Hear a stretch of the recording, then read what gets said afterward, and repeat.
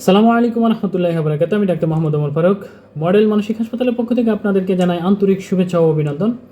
আশা করি যে যেখান থেকে শুনছেন ভালো আছেন, পরিবারের সাথে সকলে আনন্দ ভাগাভাগি করে প্রত্যেকের ভালো সময় কাটাচ্ছেন। মাহে রমজানের পবিত্র মাহে রমজানের শুভেচ্ছা জানাচ্ছি। আজকে কিছু একটা ভিন্ন জিনিস নিয়ে আসা, যেটা হচ্ছে প্র্যাকটিক্যাল কিছু এক্সপিরিয়েন্স। ইদানিং বেশ কিছু ফিমেল পেশেন্ট পাওয়া যাচ্ছে, তাদের বয়স হচ্ছে অ্যারাউন্ড 22-25 অর 26, এই রেঞ্জের বয়স। মাই নিয়ে আসেন বেশিরভাগ সময় রোগীদেরকে। কারো ব্যাপার হচ্ছে খুব রেগে থাকে ভীষণ।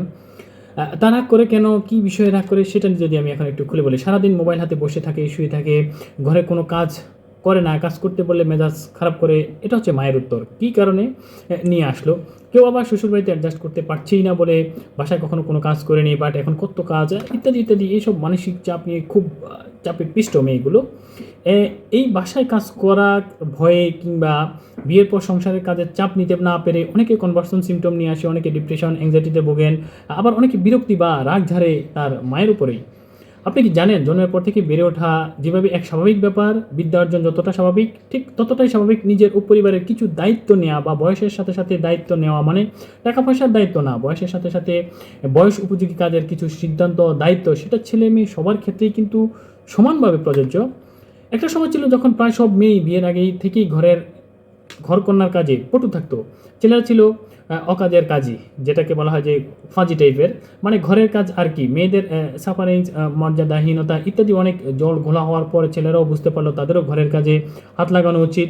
আজকাল ছেলেদের মায়েরাও সেই শিক্ষা দিয়ে যাচ্ছে ছেলেদেরকে, কিন্তু অনেক মেয়ের মায়েরাই আজকালকে উল্টো পথে হাঁটছেন। কীভাবে উল্টো পথে হাঁটছেন সেটা যদি বলি, অনেক মেয়ে পড়ছে, পড়ুক, কাজ করতে হবে না, আমি কাজ করব। এত পড়াশোনা করাচ্ছি মেয়েকে কি ঘরের কাজ করানোর জন্য? মেয়ের বয়স 18 কি 19, আরও বড় হোক, তারপরে শিখবে। মেয়ের বিয়ে দিয়ে দিব, বিয়ের পর তো সংসারের কাজই করতে হবে, তা এখন একটু আরাম করে নিক। এতে করে অনেক মায়েরাই তাদের মেয়ের যে ক্ষতি করছেন। মেয়ের বাসায় স্বাভাবিক কাজ না করার অভ্যস্ততা, হঠাৎ কাজে হাত লাগানোর কথা বলে তখন তাদের মেজাজ চড়তে থাকে। শ্বশুরবাড়িতে সংসারের সাধারণ কাজগুলো তার কাছে খুব পাহাড় সম মনে হয় সেই মানসিক চাপ নিতে পারে না, না পেরে বিভিন্ন সমস্যার সৃষ্টি হয়, কিংবা দেশের বাইরে পড়াশোনা করতে যেতে ভীষণ কষ্টে পড়ে যায়, কারণ ওখানে তো আর মা বাবা বা হেল্পিং হ্যান্ড থাকে না। তাকে নিজেকেই রান্নাবান্না করতে হবে, কাপড় কাচতে হবে নিজেকেই, গ্রোসারি সব নিজে করতে হবে। তাই আমি একটা মেসেজ থাকবে মায়েদের প্রতি, যেটা জেনে নিন। সন্তান বেড়ে ওঠার সাথে সাথে যেভাবে স্কুলে যায়, আদব কায়দা শিখে, একইভাবে তার বয়স অনুযায়ী ঘরের কাজে আপনার সন্তানটিকে সেলফ ডিপেন্ডেন্ট হয়ে উঠবে।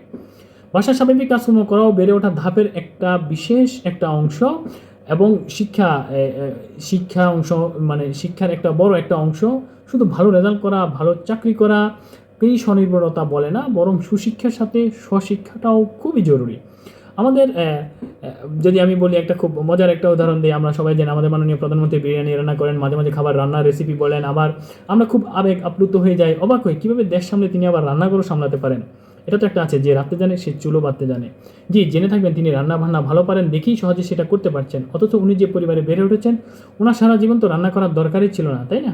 শিক্ষার পাশাপাশি ঘরকন্যার কাজও কিন্তু তিনি দক্ষ। তাই আমাদের পক্ষ থেকে, বা আমি যেটা বলি আমার পার্সোনাল অর মডেল মেন্টাল হসপিটালের পক্ষ থেকে যেটা থাকবে, আপনার সন্তানটিকে, সে মেয়ে হোক কিংবা ছেলে হোক, বয়স অনুযায়ী তাকে কাজ শিখান, তাকে আত্মনির্ভরশীল করুন, এবং তাকে আত্মপ্রত্যয়ী হয়ে গড়ে ওঠার জন্য সুযোগ আপনাকে তৈরি করে দিতে হবে।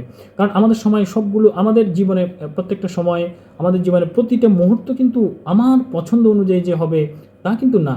আমাদের সময়ে বিভিন্ন ঘাত প্রতিঘাত আসবে, প্রতিকূলতা আসবে, সেগুলো সামলানো কিন্তু সন্তানকে আপনিই মা বাবা হিসেবে শিখাইতে হবে।